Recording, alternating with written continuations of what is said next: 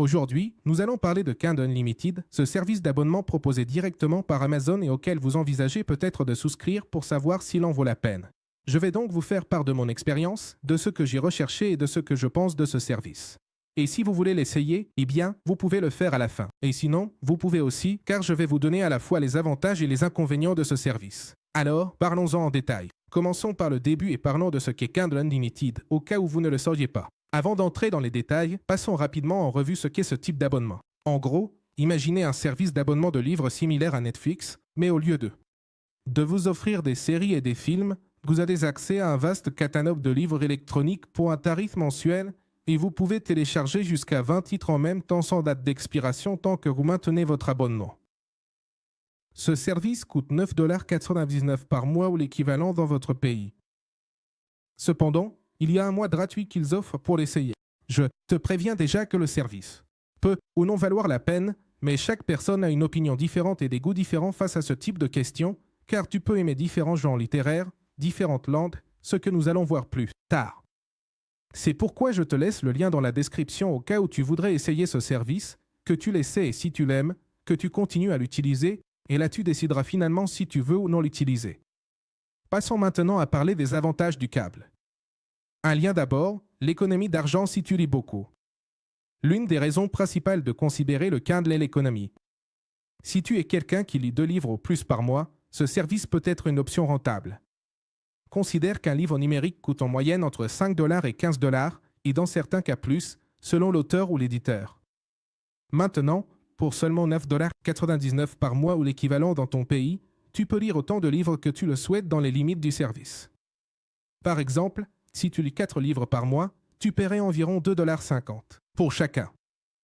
Comparé à l'achat de livres numériques ou physiques, cela représente une économie significative. Mais, que se passe-t-il si tu n'es pas un lecteur assidu? C'est là que le Kindle Unlimited perd une partie de son attrait, et nous l'explorerons plus tard.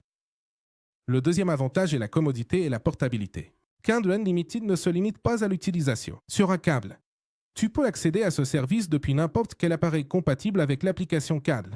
Cela signifie que tu peux lire sur ton téléphone pendant tes trajets quotidiens, sur ta tablette à la maison ou même sur ton ordinateur. De plus, si tu as un Kindle Paperwhite ou tout appareil Kindle résistant à l'eau, tu peux lire à la plage, dans la baignoire ou à la piscine sans souci. Troisièmement, nous avons l'avantage de pouvoir essayer de nouveaux genres et auteurs. Ce service est parfait pour les lecteurs qui aiment explorer de nouveaux genres ou découvrir des auteurs indépendants. L'un des avantages du catalogue est qu'il inclut une large gamme de titres autopubliés qui pourraient autrement passer inaperçus. Si tu as toujours été curieux d'explorer des genres comme la fantasy, la science-fiction, la romance contemporaine ou même des livres de développement personnel, ce service te permet de le faire sans dépenser d'argent supplémentaire pour des titres qui pourraient ne pas te plaire. En quatrième lieu, nous avons l'accès aux livres audio, et c'est qu'une autre caractéristique intéressante de ce service Kindle Unlimited est que certains titres viennent avec une option de livre audio intégrée. C'est idéal si tu aimes écouter des livres pendant que tu conduis, fais de l'exercice ou effectues des tâches ménagères. De plus, tu peux alterner entre lire le livre et écouter le livre audio selon ce qui te convient le mieux. Pour le moment, passons à l'avantage suivant, qui est l'avantage numéro 5, il n'y a pas de date d'expiration. Contrairement aux bibliothèques traditionnelles, les livres de Kindle Unlimited n'ont pas de date de retour obligatoire.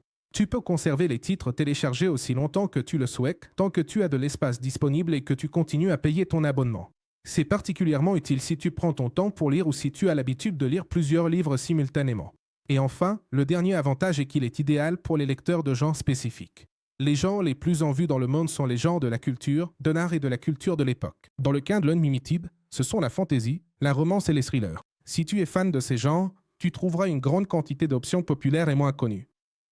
Par exemple, des séries comme The Plate Prisonnier et les livres de Colin Hove sont très recommandés par la communauté de lecteurs et sont disponibles sur le service. Passons maintenant aux inconvénients de Kindle Unlimited.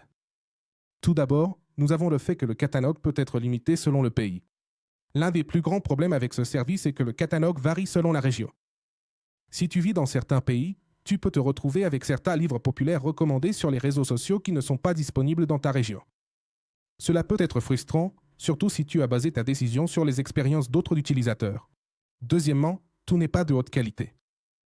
Bien qu'il y ait de nombreux joyaux littéraires dans le Kindle Unlimited, il y a aussi un bon nombre de titres qui pourraient ne pas être à la hauteur de tes attentes. C'est particulièrement vrai pour certains livres autopubliés, où la qualité de l'édition et du contenu peut varier considérablement. De plus, troisièmement, il faut lire pour le rentabiliser.